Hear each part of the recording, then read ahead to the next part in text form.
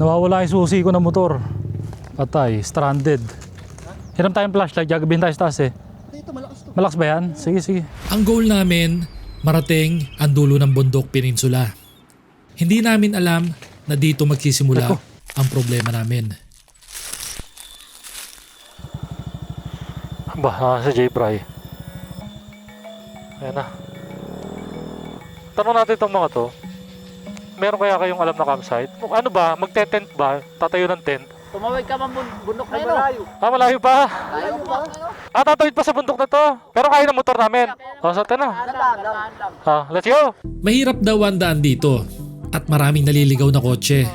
Kaya nabalik sila kasi motor lang ang kayang dumaan dito. Tawid bundok pala to. Dito kami tinuro nung mapa eh. Thank you, thank you. Delikado pala tong daan na to. Sa likod ng bundok na to, doon kami pupunta. So, ayun, dito kami dadaan. Dito na, nagsimula ang rough road. Bangin na yata tong kanan ko eh. Ay, nasa taas na nga kami ng bundok, bangin tong kanan. Ayun oh, bundok yan oh, yung kanan na yan oh. Ang dilim pa naman. Tana, parang hindi dinadaanan to. Oy! Tayo talaga dapat sa kabila. Dadaan tayo sa lighthouse. Oo, dapat din tayo talaga tol. Kasi hindi ang main road. Babayan mo na, tena na. Eh, wala tayong gagawin. Ano gusto mo? Babalik tayo. Malapit na. 12 minutes, 12 minutes. Suicide na naman ito ginagawa namin ah. Hindi ko alam kung tama pa itong dinadaanan namin. Diyos ko. Wala kasing signal. Hindi ko alam kung nagana to. Hindi updated itong Google Maps. Sumala yata kami ng daan. Aba, hindi nga kaya ng sakyan dito. Tama naman ang daan. Oh. Laglag ang sakyan dito. Oh. Pwede kaya dumaan dito. Testing. Adventure! Diretso tayo dyan. Tara, let's go! Adventure!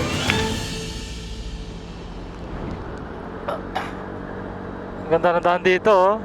Welcome to Mulanay, Quezon. Itong kanan namin ay dagat na. Ayan oh. Pwede nga bumaba oh. Oh, may mga bayan oh. Pwede magpaalam dyan oh. Kaso nga lang, along the highway. Ganda. Kaso nga lang, madumi. Along the highway eh. Mga tinatapon. Nandyan, balat ng chichirya. Plastic bottle.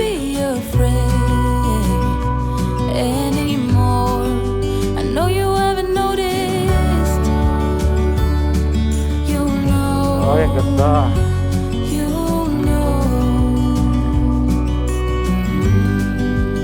Time check 4:46. Kagabi na. Hindi na kami aabot at maghahanap pa kami ng tutulugan. Wala pa kaming tutulugan. Maghahanap kami ng base camp. Tutulog kami mga 3 days siguro doon.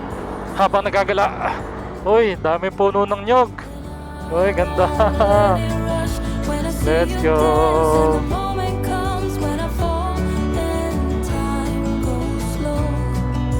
Ay, sarap magmotor.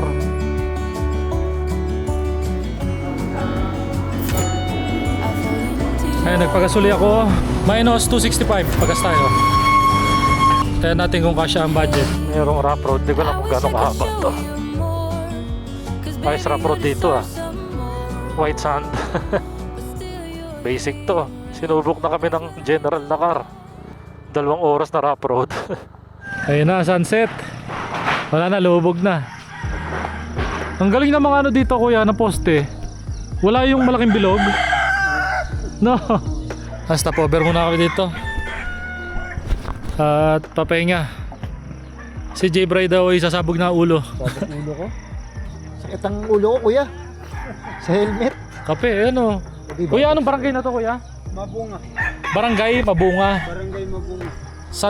Tama ba? San Francisco? San Francisco. Oh, Barangay Mabunga. Ilang barangay po ang San Francisco? 16. Di 16. Ang dami palang barangay dito. Pagpapahinga muna kami dito sa port. Maghanap kami ng base camp doon. Tama si Sir Ili, tama. Inaayos tayo mga kalsada eh. Ito yung kaninang tinanong ko sa lokal na inuka nila yung ano, yung bundok. Ayan o, uka. So yun, nandito na kami sa bayan ng San Francisco. Ayan, nag-stop over muna kami dito sa Kuya Ems para kumain.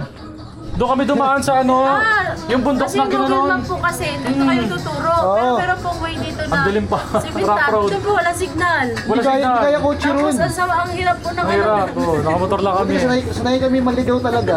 Kaya Ako po yung taga-Kalamba. Si Madam ay galing din pala Kalamba. years po.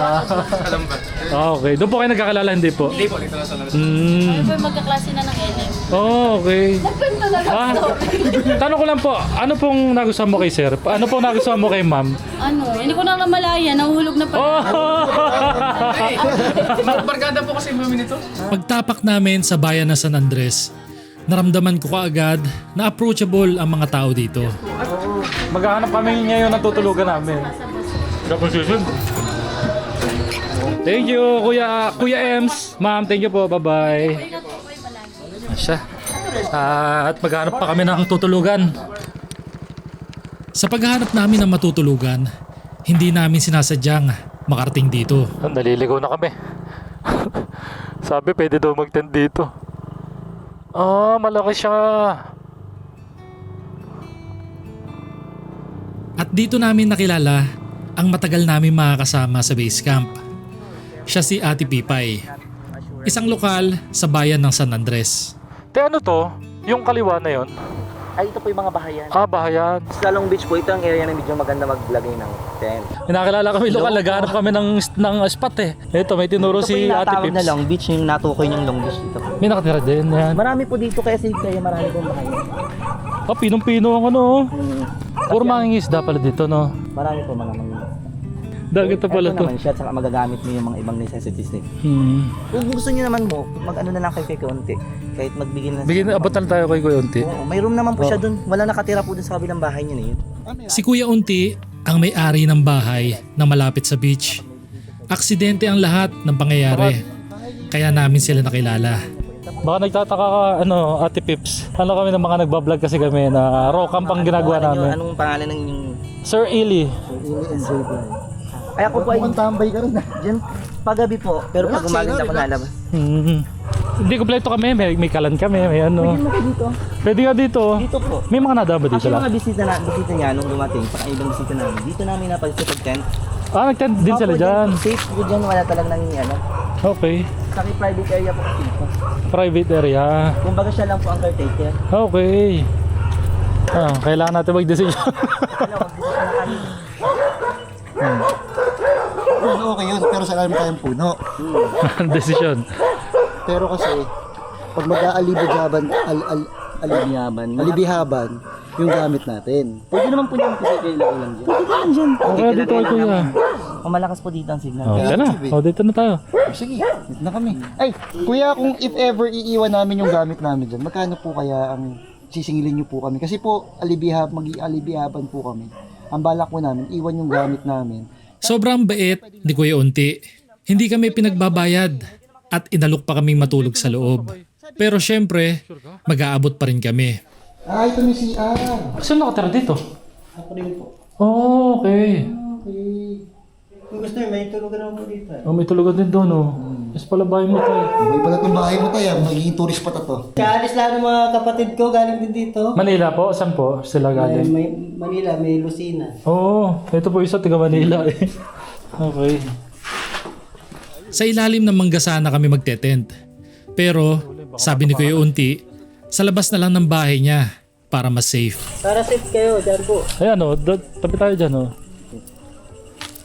Oh, dito pwede. At napagdesisyonan namin na sa labas na lang kami magte-tent. Dito tayo. Sige.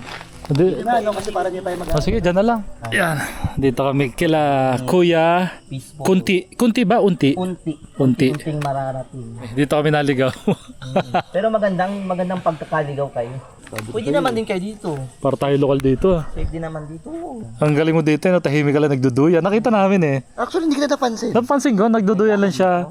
Nagmumuni-muni. Napansin ko si Kuya Unti. Ano kayo iniisip ni Ate Narigla Pips? po kasi ako ngayon. May regla ka? Tingin. Sa ilong nalawa, sunggo. Ngayong gabi ay nabawasan ang pagod namin dahil sa masayang kwentuhan. Si Ate Pips may tindahan. Hindi ko akin yung kay mama. Ah, kay mama mo. Ayun rin yun. O pwede daw utang. Kuha ka muna dun. Ayan na, kukuha na si... Magpapainom na si Ate Pips. Galak ako magpapainom. Tayo kayo. Pumunta dito ako magdadami. Naubos sa kwarta ko sa bisita. Ano ba? Ano daw? Bro. Sige, kahit ano daw. Ikaw na bahala. Ikaw na magpapainom eh. Tang ina kayo. Umalis na kayo. Tama lang. Hindi pala pwede dito. Diba sa kabila. Dali, natakbo oras. Alfonso?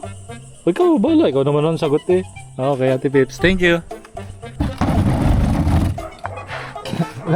Wala siyang ano tayo. Tumayo naman lang kayo sa para kayo mabuyungin. Ano to? Ha? Sabi namin bukas pa. Basagin ka sa ulo ninyo. Kapag naririnig na. Ang bait pa ng mga tao dito, promise. Bait ni Kuya Unti, pati ni... Ano ba kukuin? Ay, pati ni Ate Pips. Wag maguto. Maraming salamat sa ano ha. Pwede ilaw dito eh. Ate Pips, pwede pasabit doon sa taas. Ate mo sa kay aswa. Mamaya papahid na ako. May pag-uugali. Hindi, joke lang. Siyempre, Sabi ni mama, bakit nagatiwala ka sa mga tao? ano na? Bakit daw nagatiwala sa mga tao? Kasi kahapon, may nangyaring malaking issue dito. Bakit? May dalawang lalaking scammer na doon. Kamukha mo nga isa eh. Oh, Pero makakit sa'yo. Tingnan mo, kawig mo. At ganito ko nagabula. Promise, kunin mo na ako ni Lord. Kasi dalawang mga vlogger. Million baga ang ano niya, paano? Eh. napagbintangan pa. Ayan, ito lang trip namin. Si J. Bry. Ayun, busy-busy yan. Busy-busy yan siya sa tent niyang sitro. Good morning. Kay Kuya Unti. Sa tabi ng bahay niya kami nagtayo ng tent. Ang beach na yun dun eh. Aray ko. Dahil mga lokal dito. Naligo. May poso kasi dito eh.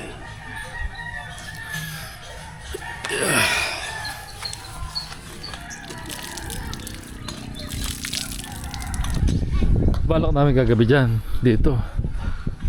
Doon, kaso mainit. Dito pala pwede. Bahayan kasi to eh. Hindi kami nakapagpaalam dyan. Baka akala nila kung sino pag nandito kami. Kasi gabi na. Patay na ilaw dyan.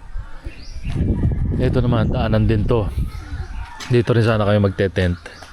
Kaso bahayan pala doon. Eh baka mamaya magtaka sila kung sino yung mga nakatent dito. Ay, dali ka yan. Masabog yan.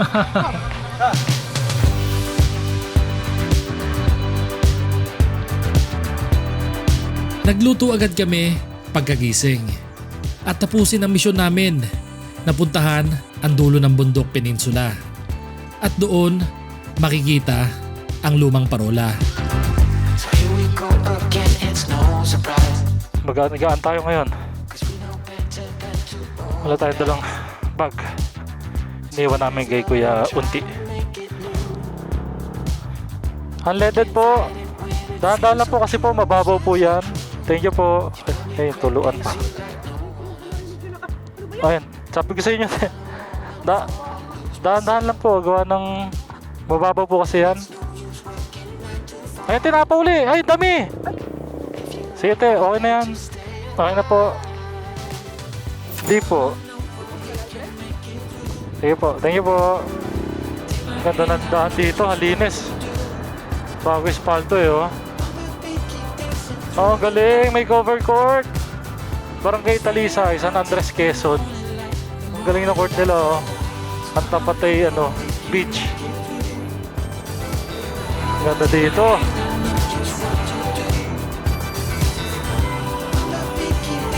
Puro coconut. Uy, kung makikita mo, ang dami puno ng ng nyog. Ang ganda. Ang dami. Kaliwat kanan, puro nyog.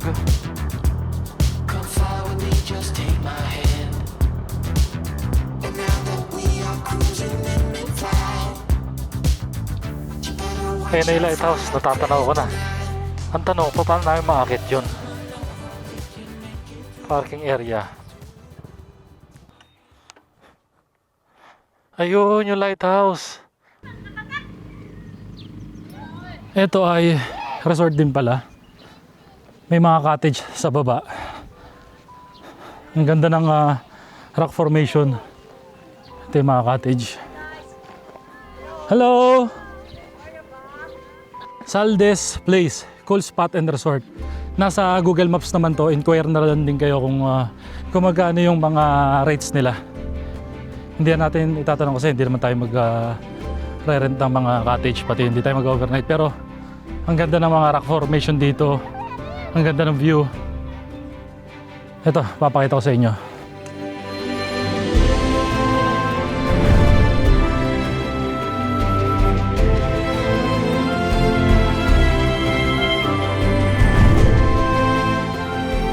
Ayan, pababa ng araw. Kakakitin namin yung lighthouse, kasama ko, syempre si J-Bry.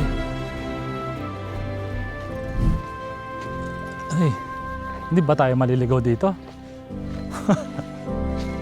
Sige nga, tignan mo nga dyan. Yung daan, sundan natin yung daan. Wala ba dyan? Ito dito. Palayo yan eh, ito lighthouse eh. Eko.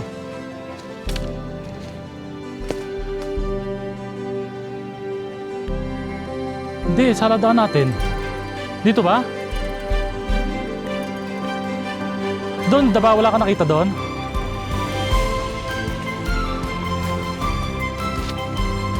O, ito yata. Tara! Tabi-tabi puno, no.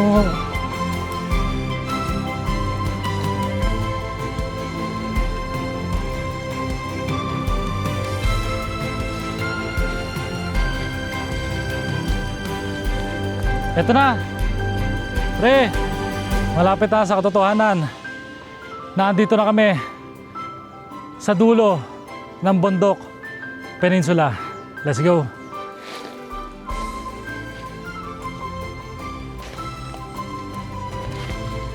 Nakikita na dyan eh, no? Wala ba daan dyan? Masata na dito.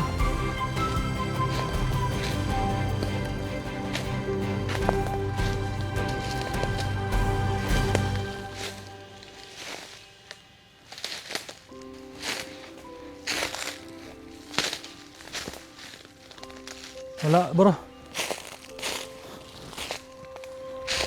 Baka doon, tanaw na natin eh. Baka ayan nga, yan pataas na yan. Ayan na yun, tingin ko. Unahan mo.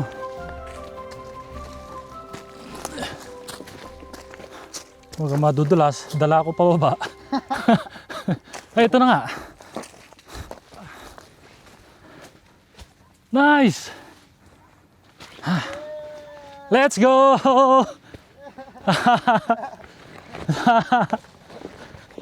Ah! Yun lang, walang Hindi, at least, yung goal natin, nasunod natin. Ayun siya. Hinakita namin. Grabe. Nahawakan na namin ang lighthouse na matatagpuan sa pinakadulo ng Bundok Peninsula. Let's go. Pakita ko sa inyo yung loob, kayo na sumilip.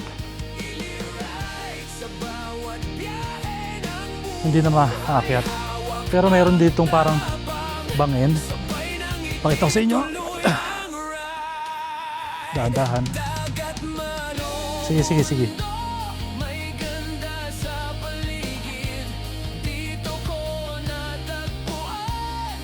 Wala.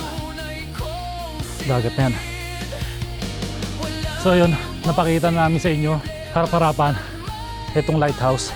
Ngayon, magdodrone naman tayo. Papakita ko sa inyo kung gaano kaganda itong dulo ng Bundok Peninsula. Sakto magsa-sunset.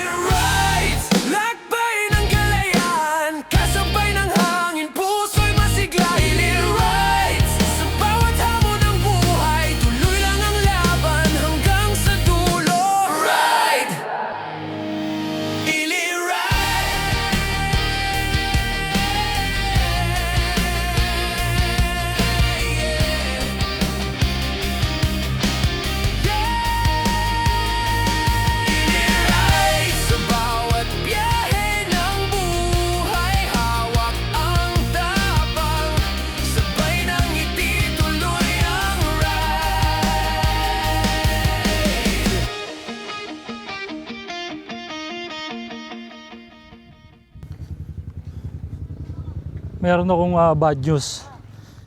Malaking problema. Bad trip. Nawawala yung susi ko ng motor. Patay, stranded. Hiram tayong flashlight, gagabihin tayo sa taas eh. Dito, malakas to. Malakas ba yan? Sige, sige. Hindi mapapa-start yung motor. Wala pa signal dito. Silver yun na remote. Silver lang siya. Oo. Yung meron maliit na keychain.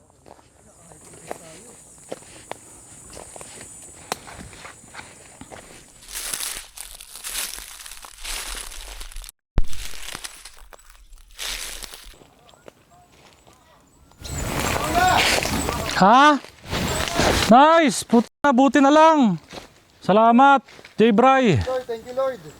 Maraming salamat, Lord. Grabe. Buti nakita mo, bro. Wala.